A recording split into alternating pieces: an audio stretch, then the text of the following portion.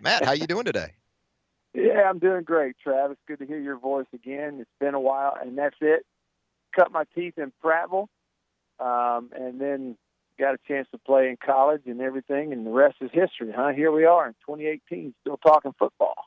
Crazy how time flies. In fact, I saw where Prattville just hired a new head football coach. So perhaps that's Caleb Ross. Caleb was a high school teammate of mine at Prattville. In fact, the last two head coaches at Prattville, the outgoing coach, Chad Anderson, was a high school teammate of mine in the mid to late 90s. He was a tight end who I threw passes to. And after college, he went on to school at University of Alabama, got his teaching coaching degree there. And now Caleb Ross, the new coach at Prattville, he was my high school center. He was the one snapping me the ball. He's coached all over. And so I sent him a text when he got the job and told him if he needed anything, he's got it from me. And I really think the world of Caleb. I'm pulling for him. I'll tell you what, Matt, and I'm getting off topic already, but one of the best things about Prattville to Tuscaloosa these days is that road work that got done in Centerville, right? I mean, how we can just zip right through. Amen, brother. You with me on that? Amen. I'm telling you. And, here's the thing, right? I live over in northeast Mississippi now.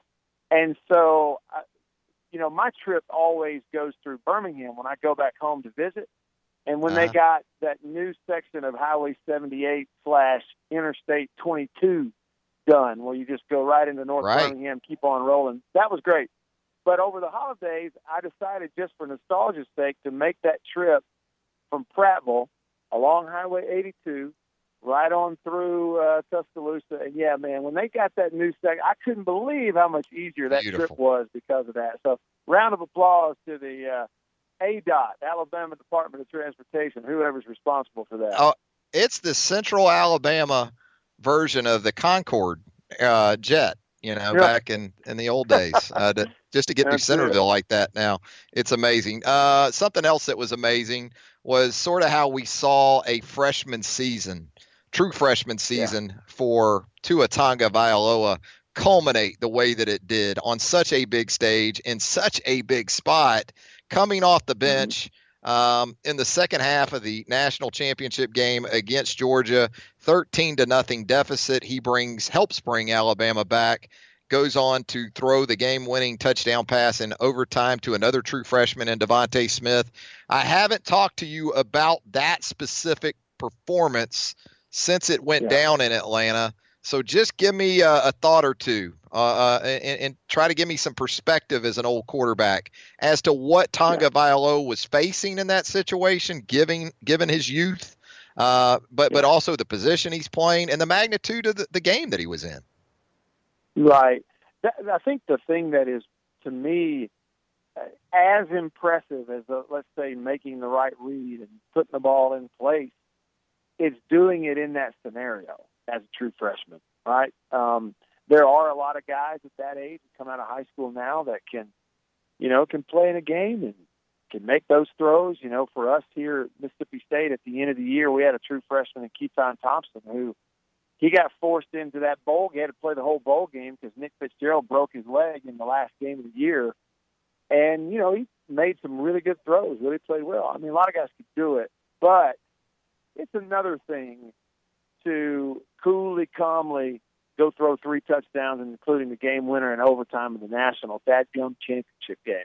So to me, being prepared enough to do it, man, from a coaching perspective, having the flexibility to, the opposite of rigidity for the Alabama staff to go, hey, look, it's halftime of the national championship game. We got a true freshman who can throw the you-know-what out of it. Put him in the game. Not a lot of coaches are going to do that. And they had the ability to do it. They trusted him. And it's just a heck of a story. And to do it on that stage as a true freshman is really, really impressive. Given what we saw from Jalen as recent as, say, the game against Mississippi State, right there in Starkville, sort of a heroic finish for Jalen in that game. How surprised were you, or were you at all? Because I noted in watching one of your breakdowns for the Alabama-Georgia game in retrospect, You noted a sequence there at the end of the first half that, in your opinion, probably went a long way to Alabama making that move. But to go from what we saw in Starkville to benching Jalen Hurts at half of the national championship game, how did that hit you? How did that strike you? Travis, it's one of those things where Jalen Hurts had done enough in his first year as a freshman and then even throughout his sophomore year to show you at any point he's capable of making a play. At any point, he might get you in the end zone. And to break away from that mentality, and again, have the spur of the moment flexibility as a staff to go, nope, we got to put the other guy in. I don't think there's a lot of coaches who would do that. And I say that because, again, you brought up what Jalen Hurts did against Mississippi State. Right. He stood in there. He got blitzed the entire game. They were getting to him on third down. State's defense had done a phenomenal job getting him off the field on third down, pressuring him, corralling him, that kind of thing. And then finally, on the 12th or 13th third down deal of the ball game, he steps in there and throws that ball to Ridley against the blitz. He figured it out. And the other thing is, in my studying throughout the year in these videos studying Tua Tagovailoa, what I see is there's a reason that Jalen Hurts continued to be the starter throughout the year. He's playing really good football. I watched one film, I think it was the Tennessee game, where I see a throw that Jalen made just before they put Tua Tagovailoa in the game. And it was an unbelievable throw against man-to-man. It was great. It was like a clinic. Then I watched the most recent film that I broke down of Tua's game against Mercer.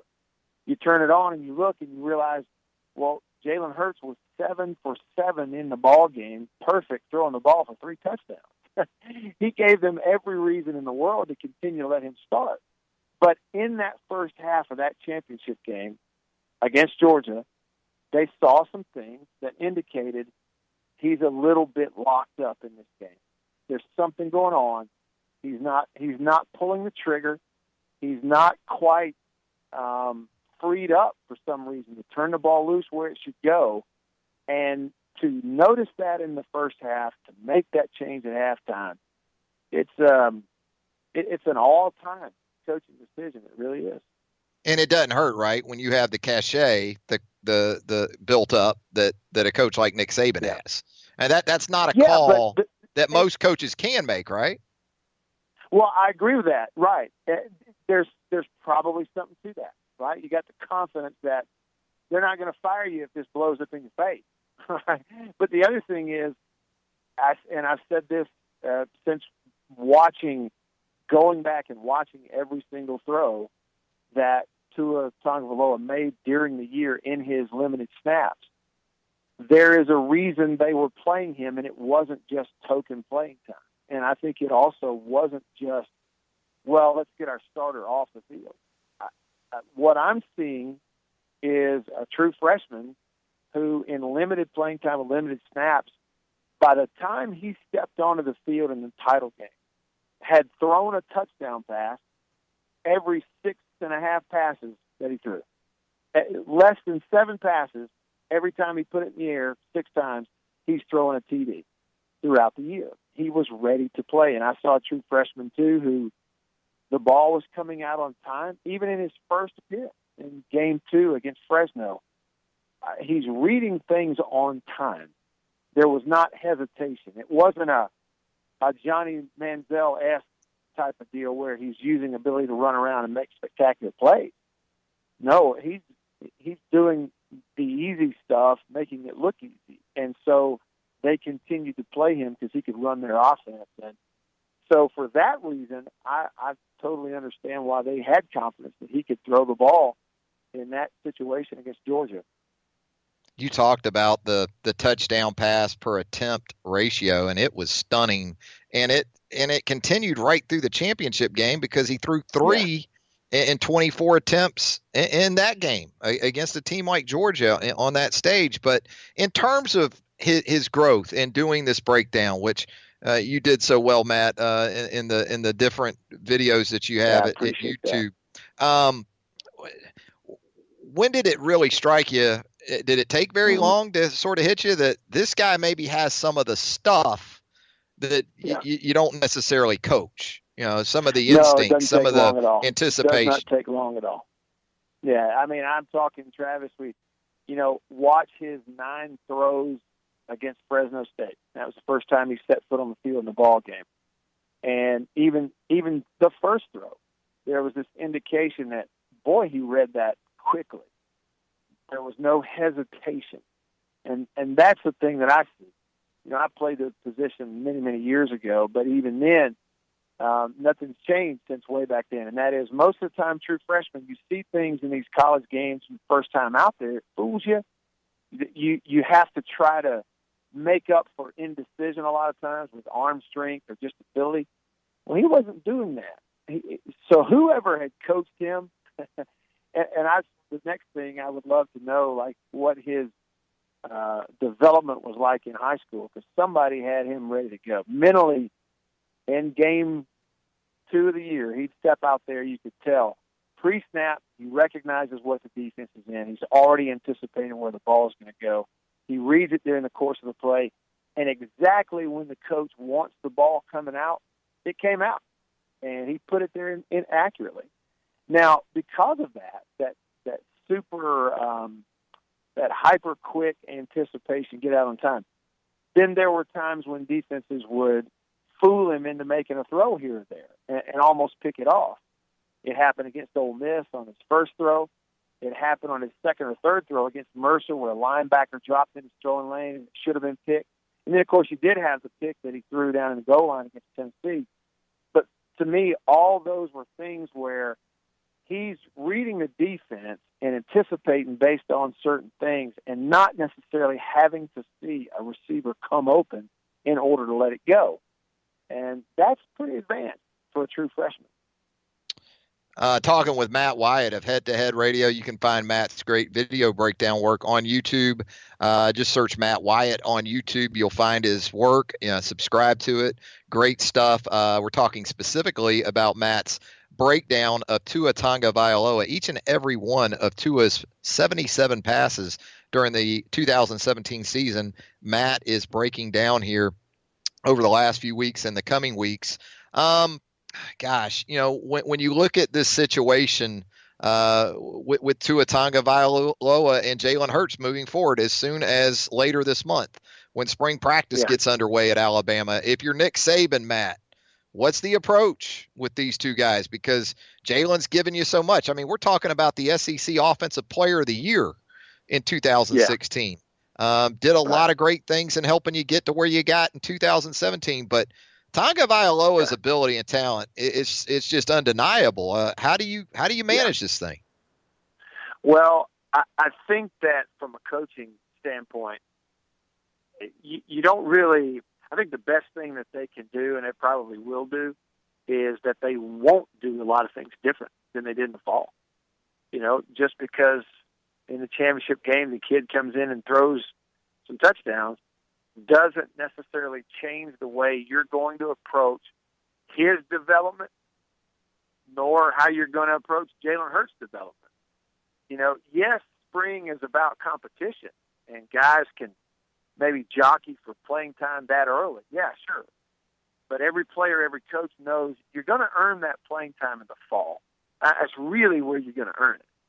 And so spring is as much about development as anything else. So I don't think they're going to do a whole lot different. The other thing is, and I've been involved in quarterback competition, the best thing a coach can do, Travis, is just be honest with the guys.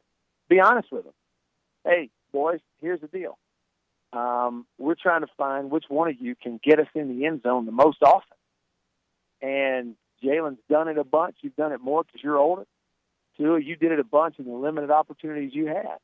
So in terms of the competition, we want you guys developing this spring, and we're going to figure out who the starter is. And frankly, it's going to come down to who just can score the most touchdowns. It's not going to be because we like one guy or don't like another, but compete and run the offense. And if whoever's running the offense better, you'll get the job. If a coach and a staff approaches it that way, the kids will be fine. They'll take to it. They'll battle. They'll work their tails off, and it'll help the team be better. if you have a situation where there's a coach who's dodging questions, who you don't really let them in on why one guy's getting snaps and the other isn't, then it can fester into a bad situation. But they're honest and upfront and say, look, man, it's a game. The team deserves to have the guy on the field who can score the most, and whoever that is will play. And just simplify it as opposed to complicate it. Matt, when you hear news like we're hearing today that a graduate transfer from East Carolina in Gardner Minshew, hails from Brandon, Mississippi, right over there in the Magnolia State, is going to join this room, when you already have Jalen Hurts and Tua and a redshirt freshman to be in Mac Jones, that's 3 scholarship quarterbacks. Is this as simple as just, in your opinion, wanting to add a 4th quarterback, scholarship quarterback, like most coaches want to do? Or is this also, you may be thinking big picture wise, if things shake out a certain way in the spring and through the summer, you're trying to protect yourself maybe in terms of your numbers, making sure you don't have less than 3, I guess is what I'm saying. I think that's absolutely it. That's absolutely it. You know, Alabama has had their fair share of guys at that position transfer out. Everybody wants to play, you know. And so I think they're just padding themselves a little bit in case it happens.